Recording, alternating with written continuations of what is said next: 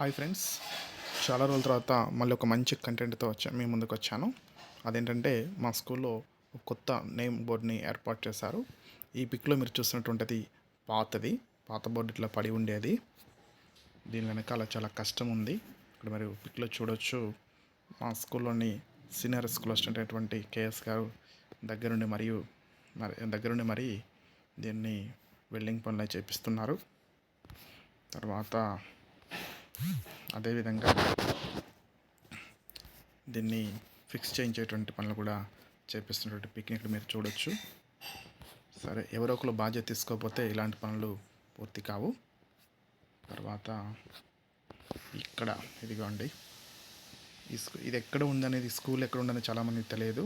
Government junior college భద్రాచలంలోనే వెనక వైపు ఉంటుంది. ఇప్పుడు బోర్డు కూడా ఏర్పాటు చేస్తుంది. గవర్నమెంట్ జూనియర్ కాలేజ్ భద్రాచలం పక్కనే చూడొచ్చు. మంచిగా ఎంత అందంగా ఉందో. ఈ స్కూల్ కూడా ప్రత్యేకత ఉందండి.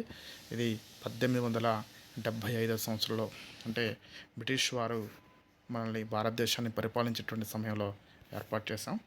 త్వరలోనే మనం ఆగస్టు 15 సంబరాలు జరుపుకుంటున్నాం. ఆ సందర్భంగా కొద్ది రోజుల ముందుగానే ఈ బోర్డు ఏర్పాటు చేయడం చాలా ఆనందంగా ఉంది. ఇది మీరు చూడొచ్చు. ప్రభుత్వ ఉన్నత పాఠశాల భద్రాచలం, భద్రాద్రి కొత్తగూడెం జిల్లా, తెలంగాణ రాష్ట్రం.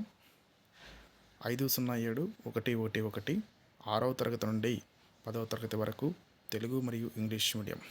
ఇవే విషయాలని కొంతమంది తెలుగు రానిటువంటి వాళ్ళు వేరే రాష్ట్రంలో వచ్చే వాళ్ళు కూడా, ఎందుకంటే రోడ్డు నుంచి వెళ్తున్నప్పుడు చూస్తూ ఉంటారు, వాళ్ళకు కూడా అర్థం అవ్వాలని చెప్పని ఇంగ్లీష్లో కూడా రాయించడం జరిగింది. ఇది ఈ బోర్డు ఏర్పాటు చేయడంతో మా స్కూల్కే కొత్త కళ వచ్చినట్లుంది అని చెప్పని చాలామంది ఉపాధ్యాయులు కూడా భావిస్తున్నారు. Okay, thank you for watching. I shall meet again in the next video. ఒక విషయం మర్చిపోయాను. ఇంత మంచి బోర్డుని ఏర్పాటు చేయించడానికి పూనుకున్నటువంటి అడ్మినిస్ట్రేటర్స్ పద్మజ గారికి, అలాగే దీన్ని అత్యంత తక్కువ సమయంలో ఫిక్స్ చేయించడానికి ప్రయత్నించినటువంటి కేఎస్ గారికి, ఇంకా దీని వెనకాల దీనికి సహకరించిన వారందరికీ కూడా ప్రత్యేక ధన్యవాదాలు. Thank you and all for watching.